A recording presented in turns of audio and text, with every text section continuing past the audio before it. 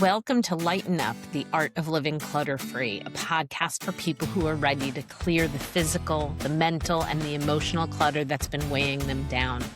I'm Melanie Cohen, your host, coach, and guide. Each week, we talk about the clutter you can see and the clutter you can't. The stuff in your home, the noise in your head, the expectations, habits, and unmade decisions that quietly drain your energy. This isn't about perfection or minimalism. It's about creating space for what actually matters in this season of your life. Let's lighten up together, starting now. Hello, friends. Welcome back to Lighten Up, the Art of Living Clutter-Free, the podcast where we talk about all things clutter. Today's episode is personal, and it is intentional. And I'm going to be honest and upfront about everything. I'm here to set the tone for February, a month where everyone's talking about love, but not always the kind that actually sustains us. Because when it comes to self-care, I've realized something about myself over the years. I've never really connected to the version of self-care that looks like treats, I love a mani-pedi. I love a massage. I'm not anti-nice things, like spas and retreats and all the things. But those things never actually took care of me. For a long time, that made me feel like maybe I was doing self-care wrong, or maybe it just wasn't for me. So what self-care was supposed to be for a long time felt like something other people were doing, something I couldn't quite access. And part of that was the money. And the version of self-care I kept seeing was spa weekends, long massages, expensive retreats, luxury wellness. That all came with a price tag that felt completely out of reach for me. And I remember thinking, well, I can't afford that. So maybe self-care just isn't for me. Or worse, maybe it was something that I had to earn. So if I worked hard enough, then I would have it. If I was productive enough, I could do it. And if I finally got everything controlled, then I would deserve the rest, deserve the care, deserve the ease. And what I didn't realize at the time was how quietly damaging that belief was. Because when self-care is framed as something expensive or something earned, it stops being care at all. It becomes another measure of worth. And instead of asking, what do I need? I kept asking, what can I afford? Or have I done enough to deserve this yet? So I want to talk about self-care that actually matters. The self-care that changed my life didn't come with candles. It came with questions, uncomfortable questions. It looked like sitting with feelings I had avoided for years. It looked like noticing patterns instead of powering through them. It looked like doing the inner work that didn't feel indulgent. It felt necessary. No one glamorizes this kind of self-care. It doesn't photograph well. It doesn't give instant relief, but it creates something much more important. It creates capacity, clarity, stability, and eventually freedom. And this is why February matters, because self-care doesn't live in just one lane.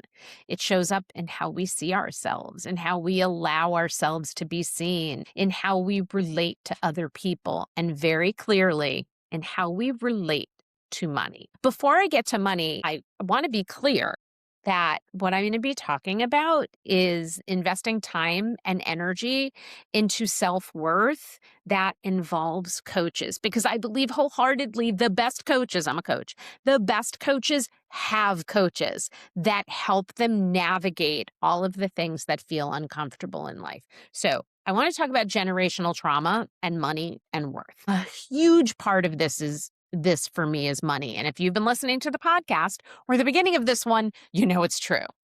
I grew up with generational trauma around money, instability, loss, silence, fear. I didn't realize how much it was affecting me. Money was never neutral. It carried anxiety, it carried weight, it carried consequences. And when you grow up like that, you don't just develop money habits, you develop money beliefs. Beliefs about safety and security, beliefs about risk, beliefs about what's too much, beliefs about what kind of life you're allowed to have and to want. For a long time, I didn't realize how deeply these beliefs shaped my version of self care. I worked hard, I pushed through, I figured things out, but I also played small. I was under earning where I was. I overgave my time and energy. I delayed rest.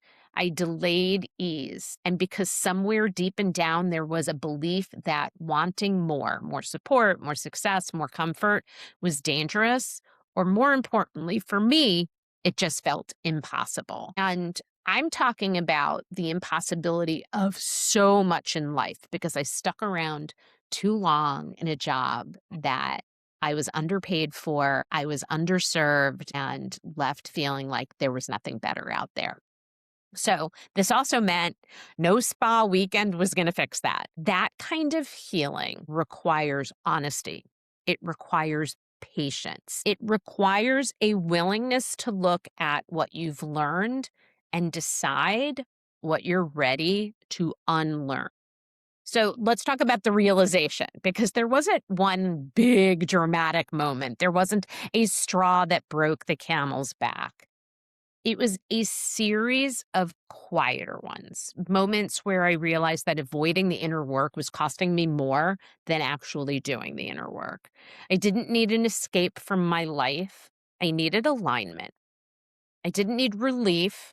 I needed to change how I was living and how I was thinking. That's when self care stopped being about feeling good in the moment and started being about building a life I didn't need to recover from all the time. So, self care in midlife also looks very different than self care when we're younger. So, midlife changes the conversation.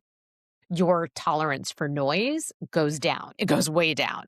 Your tolerance for chaos goes down. Your tolerance for pretending that everything's fine goes way down. Self care starts to look less like an indulgence and more like self respect. And how many of us are not showing ourselves self respect? It looks like simplifying. It looks like clearing mental clutter. It looks like saying no without explaining. Yay, no. It looks like choosing rest without justifying it. And sometimes it looks like doing the emotional work you've been putting off for years. So I want to talk about what self-care looks for me now, because I want all of you to experience self-care at the highest level that you can. So for now, or for me, self-care now looks like clearing physical and mental clutter. It looks like simplifying. It looks like simplifying commitments. It looks like doing the work around money and worth and success. It means choosing stability. It means choosing sustainability over hustle. Letting things be easier than I was taught they had to be. It's not flashy. It's not sparkly and shiny, but it's the reason I feel grounded. It's the reason I trust myself more. And it's the reason that I actually am capable of continuing and keep going. So I want to set up February for you because I have some incredible guests. The goal of this podcast episode was for me to communicate all of my feelings around self-care and how they affect me and how they affect other women my age or 10, 20 years younger, 10, 20 years older. But I also want this to be about sharing with you the incredible women that I have on this show next month. My relationship with self-care did not happen completely in isolation. So all month long, I'll be talking with women whose work touches these ideas, but from very different angles. I'll be dropping an episode I recently did with Sabrina Harrison, who's a boudoir photographer and confidence coach. And we talk about visibility being seen and what it means to feel worthy of taking up space, especially if you've spent years shrinking yourself or waiting until you feel ready. It's a great episode. I'm also have an episode with Susanna Ludwig, a life and transition coach, a relationship coach who help people navigate the change in relationships and navigate those in-between moments where things feel unclear, but something inside you knows you can't stay where you are. I also have an episode with Nancy Linneruth, who is an EFT practitioner who helps female business owners clear the mental and emotional blocks that keep them from making money. And wait till you hear how honest and upfront I am about my relationship with money. Here's the thread that connects all of these conversations. So many of the blocks come back to the same quiet belief: I'm not worth it. I don't deserve it. I'm not worth charging more. I'm not worth investing in support. I'm not worth ease. I'm not worth success that doesn't come with exhaustion. And that belief shows up everywhere. And it's one of the biggest reasons self-care feels complicated, inaccessible, or underserved. If you're listening and thinking, bubble baths haven't fixed it for me either, you're not broken. I'm not going to tell you that I haven't had some great bubble baths with a book, music, a candle, but they were like Band-Aids that only helped in the short term. If self-care has felt expensive, out of reach, or like something you have to earn, you're not alone. I want you to ask yourself, what kind of care do I actually need? What am I maintaining that's draining me? What inner work am I avoiding because it feels uncomfortable? Because we have to feel comfortable with the uncomfortable, whether the behavior change that we want is associated with weight loss, spending less, letting go of the clutter. All of those things feel really good when we're feeling really bad. And the same can be true to other negative and unwanted behaviors. Sometimes the most loving thing you can do for yourself is to stop pretending the surface stuff is enough. Self-care doesn't always feel soft.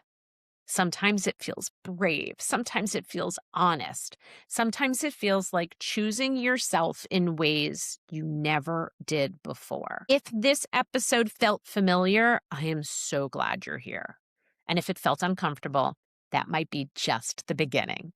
Stay tuned for all of the incredible episodes that I'm dropping this month. I'll see you next time. Thank you for listening to Lighten Up the Art of Living Clutter-Free. If this episode resonated, please subscribe, leave a review, and share it with someone who could use just a little bit of lightness. If you're ready for deeper support, you can work with me one-on-one or join my Lighten Up Clutter-Free Mindset Group program. You can find all the details at my website, thoughtfullycoaching.com. Until next time, progress over perfection. Messy action is better than no action at all. So let's lighten up.